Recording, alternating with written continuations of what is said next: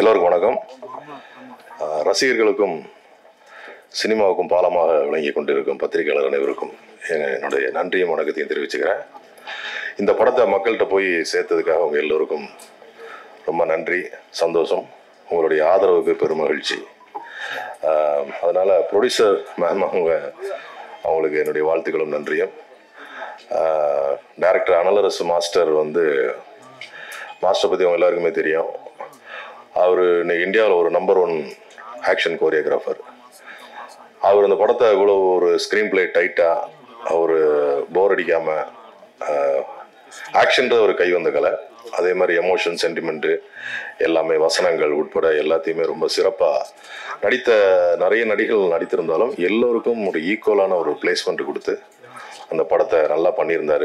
அது எனக்கு ரொம்ப ஆச்சரியமாக இருந்துச்சு. அவர் எப்பயுமே அந்த மூட்லேயே இருக்கிறவருக்குள்ள அப்படி ஒரு கதை, இப்படி ஒரு எமோஷனல், அது ஒரு ஸ்போர்ட்ஸு அதெல்லாம் சேர்த்து வச்சு இந்த படத்தை பண்ணதுக்கு அவருக்கு என்னுடைய மனமார்ந்த வாழ்த்துக்கள்.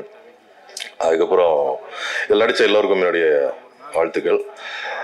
முக்கியமாக தம்பி சூர்யா சேதுபதி அவர்கள் முதல் படி எடுத்து வச்சிருக்காரு. அவரை நாம் அன்புடன் வரவேற்போம். சினிமாவில் யாருடைய எவ்வளோ பெரிய பிரபலங்களோட வாரிசுகளாக இருந்தாலும் உழைக்கலைன்னா, ஹார்ட் ஒர்க் பண்ணலன்னா, சின்சியர்லானா ஜெயிக்க முடியாது அப்படின்றதுக்கு பல உதாரணங்களை நம்ம பார்த்துருக்கோம்.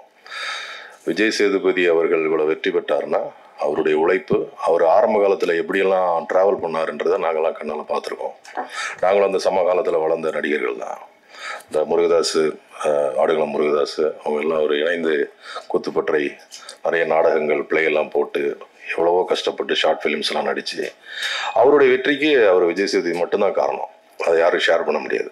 அதே மாதிரி சூர்யா சேதுபதியினுடைய வெற்றிக்கு ஷேர் பண்ணுறது அனலரசு மாஸ்டர் மட்டும்தான் ஷேர் பண்ண முடியும்.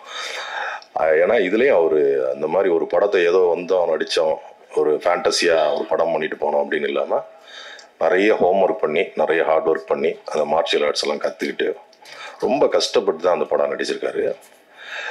வழக்கமான ஹீரோ மாதிரி ஒரு பெருசாக ஓப்பனிங்லேருந்து அப்படி இல்லாமல் ஃபர்ஸ்ட் ஹாஃப்லாம் தம்பிக்கு டயலாகே கம்மியாக வச்சு அவருடைய எமோஷனல் ரீசனபிளாக வர்ற அளவுக்கு ரொம்ப நம்பகத்தன்மையோடு அந்த படம் அமைஞ்சிருந்துச்சு. அதற்கேற்ற வரவேற்பு மக்கள்கிட்ட கிடச்சிருந்துச்சு.